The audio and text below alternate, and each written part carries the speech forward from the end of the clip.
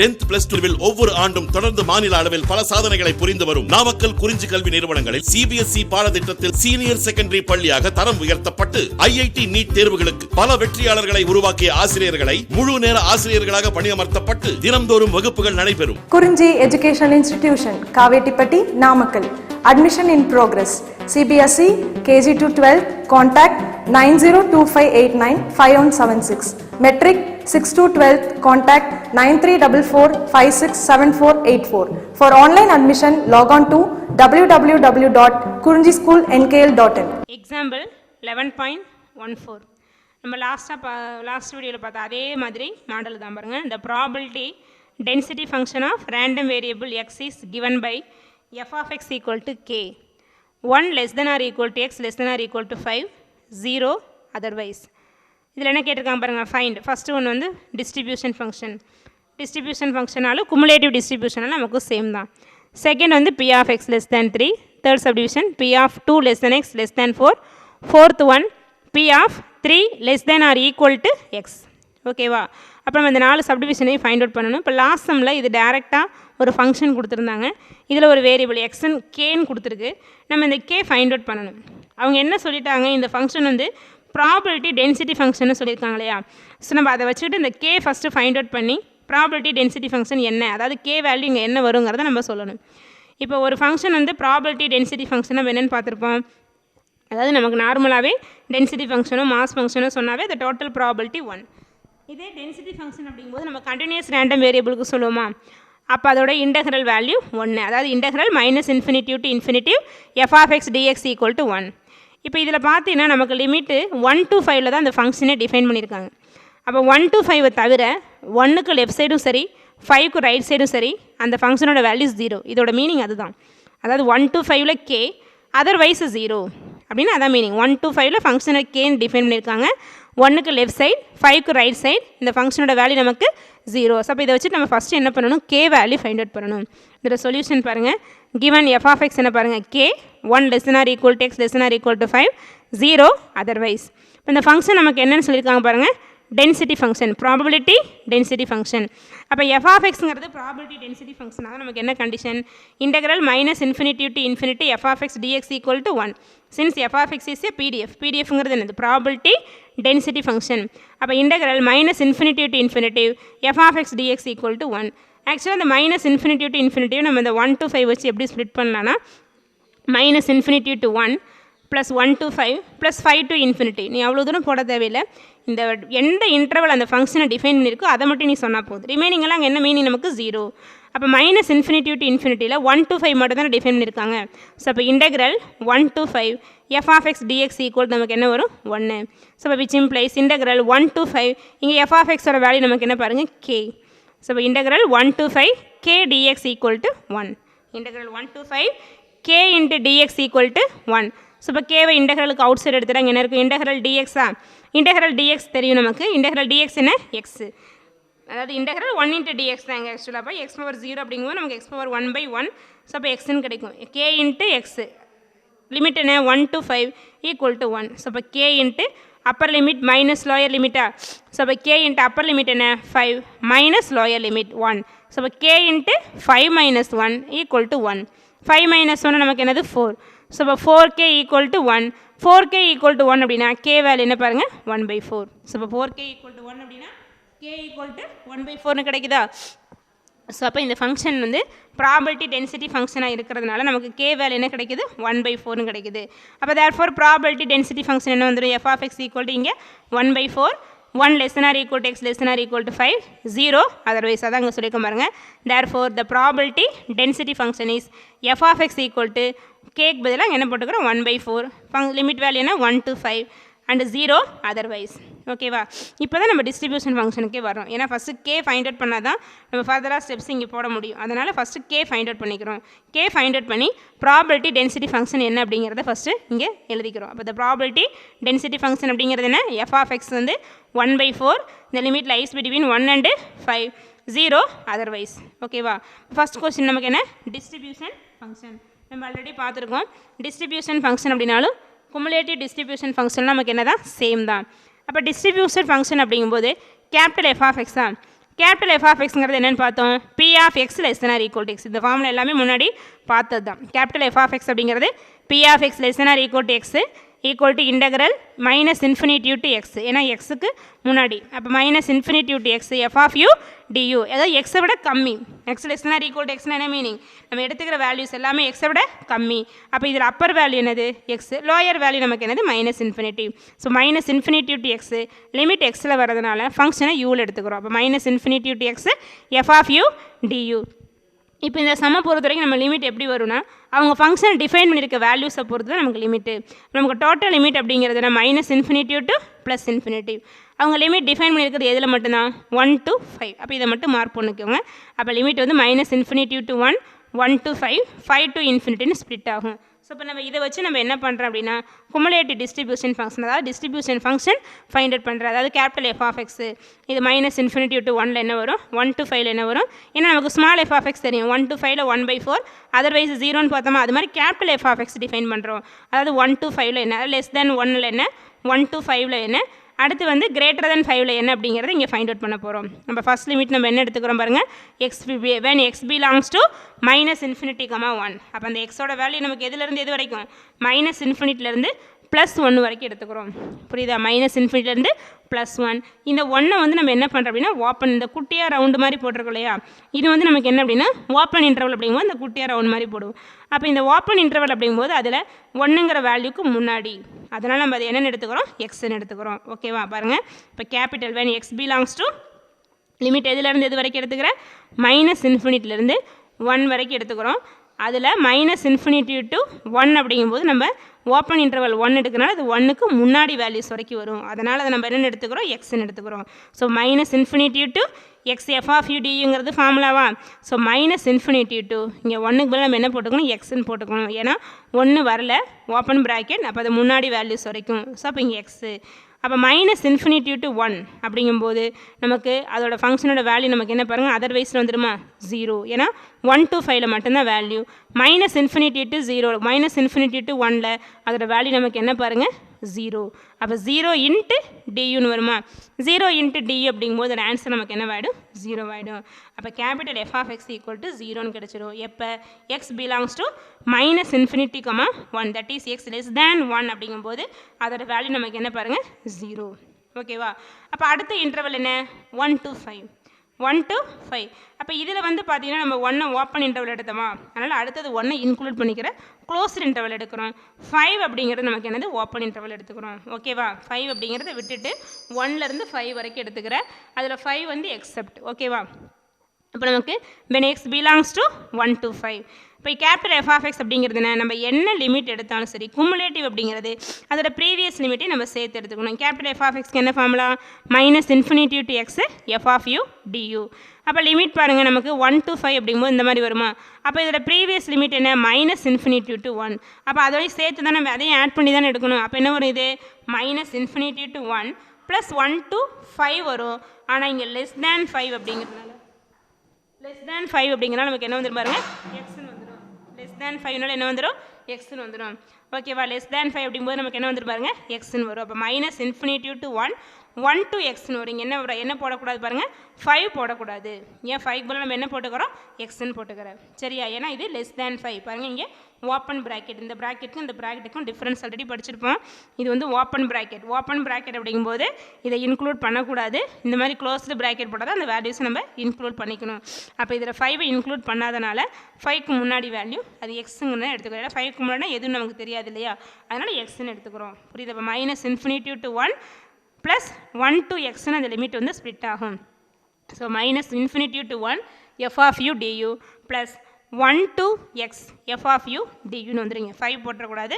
1 to X F of you du minus infinity to 1ல் function வழி நமக்கு என்ன பாருங்கள் 0.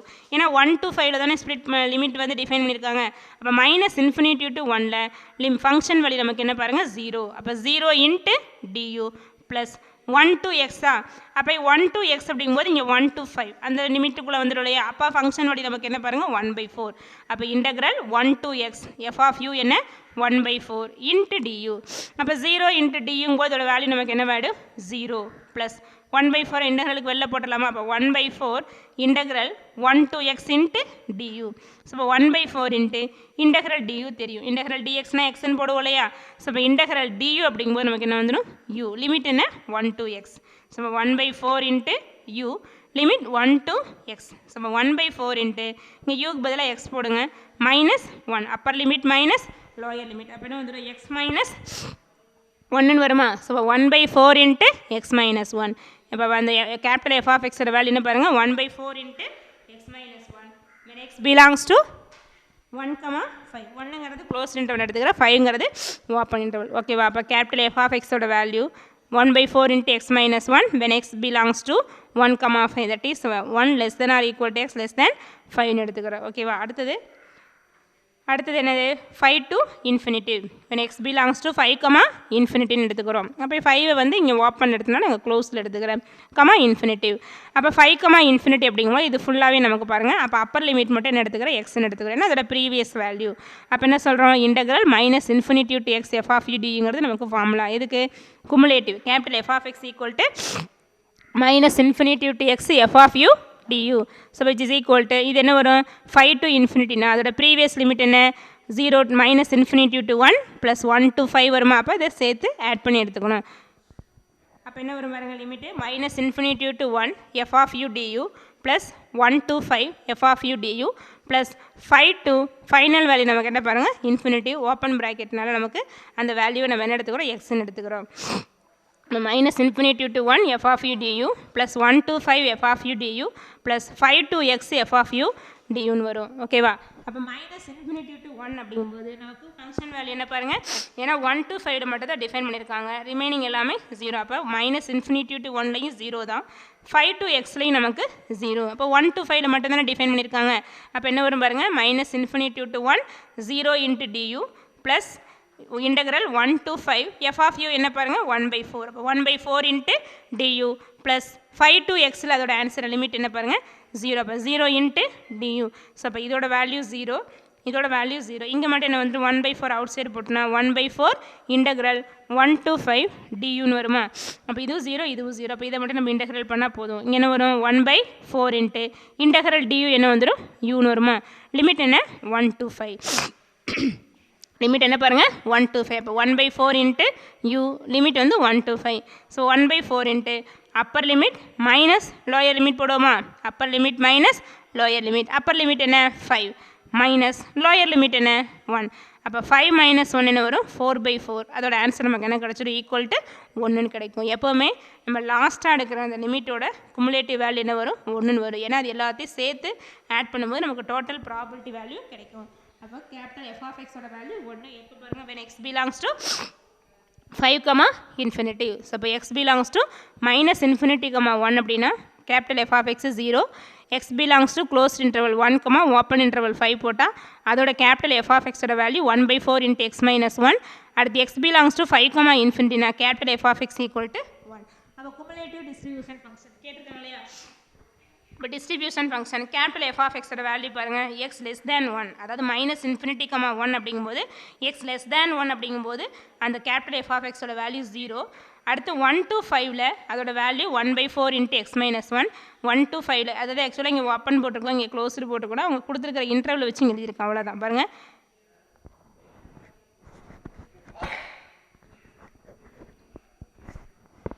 அப்போ என்ன வரும் பாருங்கள், 1 to 5ல் நமக்கு அந்த கேபிட்டல் எஃப் ஆஃப் எக்ஸ் என்ன பாருங்கள்? 1/4 இன்ட்டு எக்ஸ் மைனஸ் 1. அடுத்து எக்ஸ் கிரேட்டர் தென் 5ல் கேபிட்டல் எஃப் ஆஃப் எக்ஸ் என்ன பாருங்கள்? 1 கிடைக்கும். எக்ஸ் கிரேட்டர் தென் 5ல் கேபிட்டல் எஃப் ஆஃப் எக்ஸோட வேல்யூ என்ன கிடைக்கும் பாருங்கள்? நமக்கு 1ன்னு கிடைக்கும். ஸோ இப்போ கேபிட்டல் எஃப் ஆஃப் எக்ஸ் நமக்கு என்ன கிடச்சிருக்கு?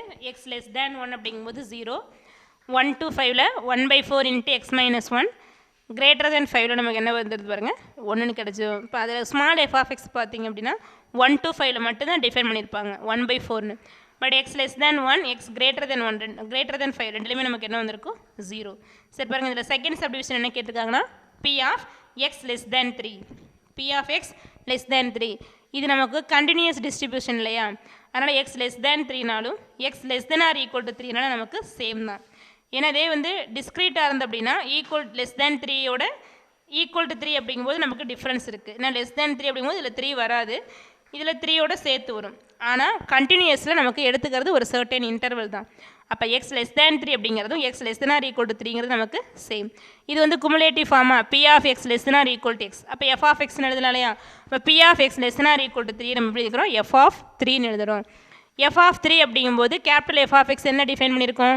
லெஸ் தேன் 1ல் 0, 1 to 5ல் 1/4 இன்ட்டு எக்ஸ் மைனஸ் 1. அப்போ 3 அப்படிங்கிறது நமக்கு எந்த லிமிட்டில் வரும்? 1 to 5ல் தானே வந்துடும். அப்போ 1 to 5க்குள்ளே என்ன வேல்யூஸ் வந்தாலும் கேபிட்டல் எஃப் ஆஃப் எக்ஸோட வேல்யூ என்ன பாருங்கள்? 1/4 இன்ட்டு எக்ஸ் மைனஸ் 1. ஸோ அப்போ எஃப் ஆஃப் 3 அப்படிங்கும்போது என்ன வந்துடும்? 1/4 இன்ட்டு 3 மைனஸ் 1 வருமா? That is 3 minus 1/4. 3 மைனஸ் 1 என்ன? 2/4 ஈக்குவல் டு 1/2. ஸோ இப்போ P of X less than 3யோட வேல்யூ என்ன பாருங்கள்? 1/2. அதான் கேபிட்டல் எஃப் ஆஃப் எக்ஸ் அப்படிங்கிறது P of X less than or equal to X. அப்போ P of X less than 3யோட value நமக்கு என்ன கிடைக்கும்? 1/2ன்னு கிடச்சிரும். ஓகேவா? நெக்ஸ்ட்டு தேர்ட் சப்டிவிஷன் என்ன பாருங்கள்? P of 2 less than X less than 4. P of 2 less than X less than 4. நமக்கு இது கண்டினியூஸில் இப்போ தான் சொன்னோம் இல்லையா? கண்டினியூஸில் இங்கே ஈக்குவல் டு வந்தாலும் லெஸ் தேன் மட்டும் வந்தாலும் நமக்கு சேம் வேல்யூ தான் வரும். அப்போ P of 2 less than X less than 4 எப்படி எழுதலாம்?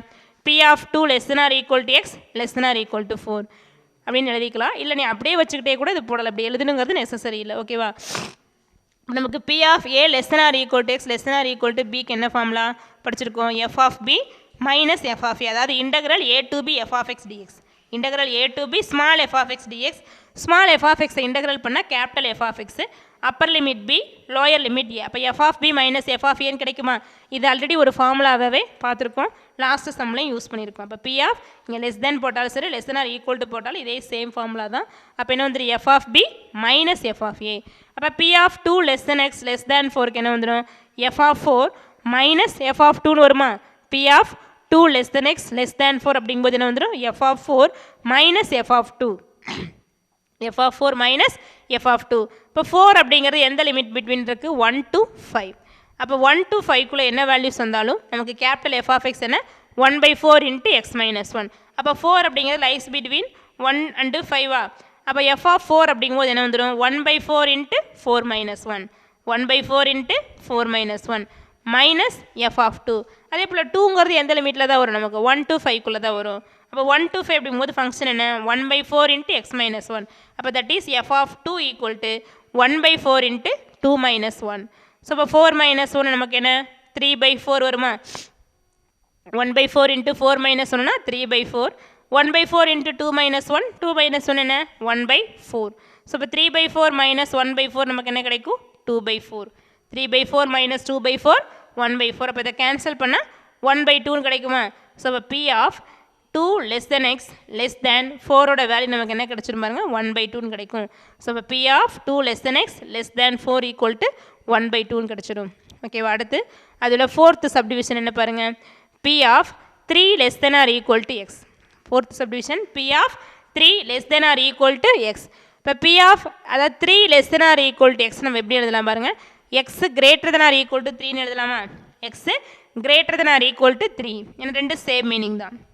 3 less than or equal to எக்ஸ்னாலும் X greater than or equal to 3நாலும் ஒன்று தானே.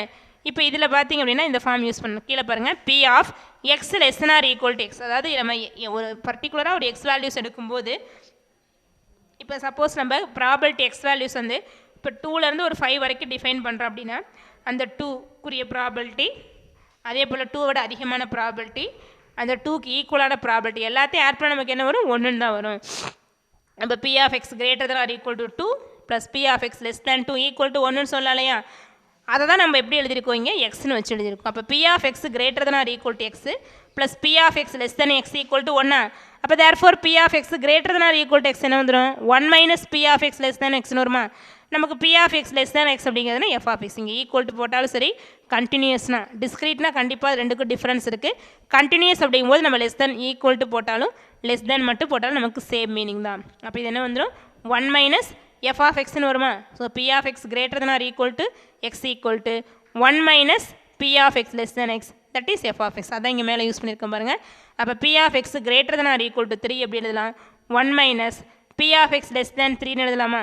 இப்போ 1 minus P of X less than 3 என்னன்னு சொல்லலாம் பாருங்கள்? நமக்கு எஃப் ஆஃப் எக்ஸ்ன்னு சொல்லலாம். இங்கே எதுக்கு பாருங்கள்? F of X equal to P of X less than or equal to x. நமக்கு இது கண்டினியூஸ்னால இங்கே ஈக்குவல் டு போட்டாலும் போலினாலும் நமக்கு ஒரே ஆன்சர் தான் வரும். ஏன்னா இது இன்டர்வலாக எடுத்துக்கிறதுனால. இப்போ 1 minus P of X less than 3 நம்ம என்ன எழுதுகிறோம் பாருங்கள், f of 3. 1 minus F of 3.